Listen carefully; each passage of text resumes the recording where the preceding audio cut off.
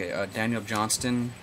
It's very hard to explain, but he's this artist and musician uh, who has bipolar disorder, and it's really severe, and he has these really extreme delusions and an obsession with Satan, and he thinks he's kind of like a Captain America from God, and he's here to fight evil, and he writes some of the most amazing music, and it's not for everyone. He has a weird voice, and a lot of it is poorly recorded, but he has this cult following and plays underground music, and I appreciate that a lot.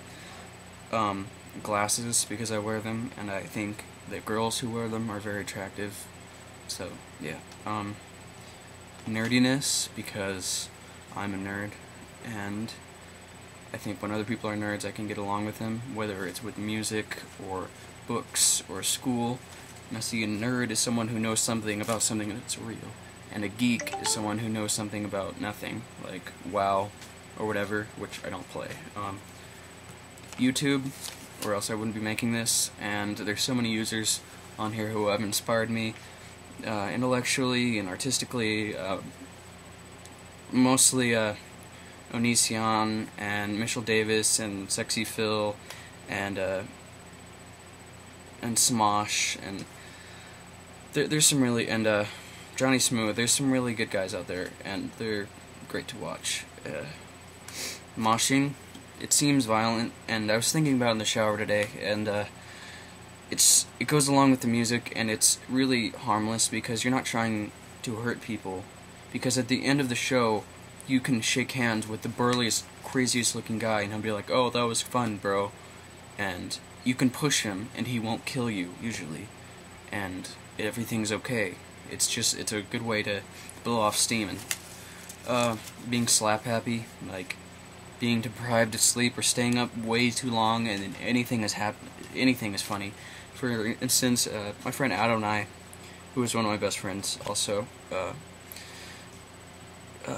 we stayed up really late, and everything became funny. Like, I said cabbage, or cabbages, and we laughed on the ground for 10 minutes, and so yeah, that's important and makes me happy.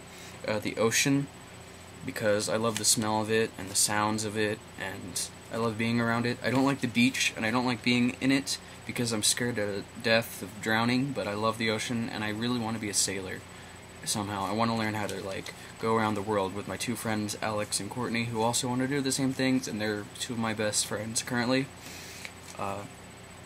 Making movies. I haven't made one in a while, but I appreciate everything about them.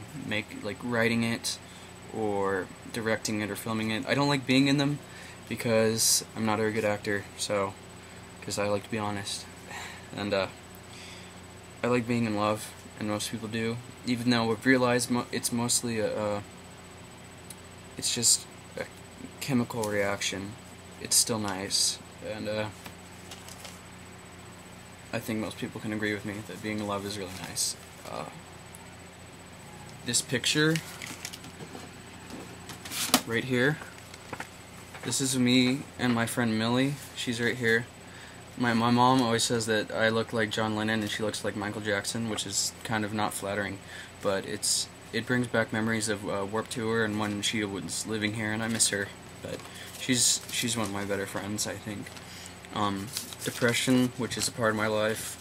I've gotten a lot better since I was younger, but it still kind of sucks. And I know probably a lot of you know what it's like, but it's a part of life and mine.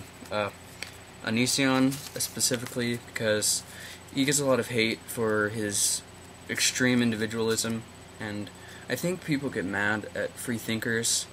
Like, think of the Greek philosophers who were imprisoned and executed for their ideas going against the establishment. It's kind of like that. He's this pariah.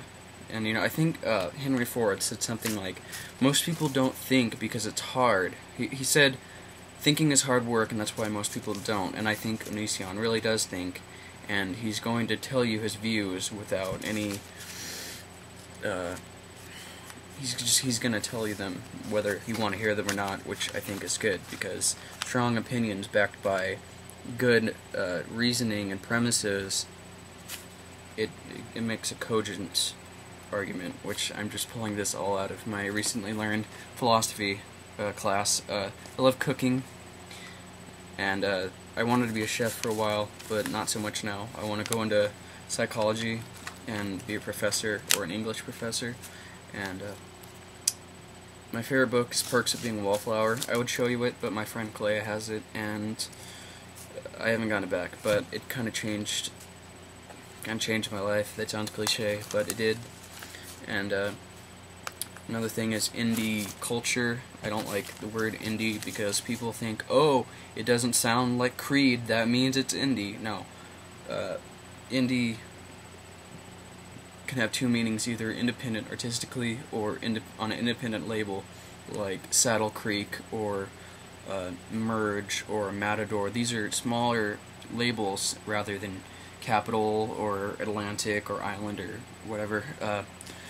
Just pretty much anything about the art or films or music is what I usually go into.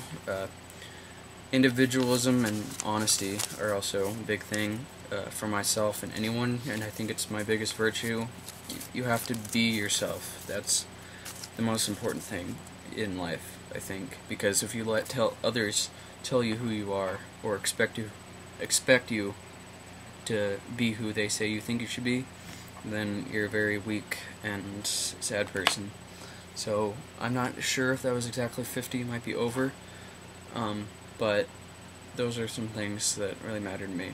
So I hope you enjoyed that. Okay, bye.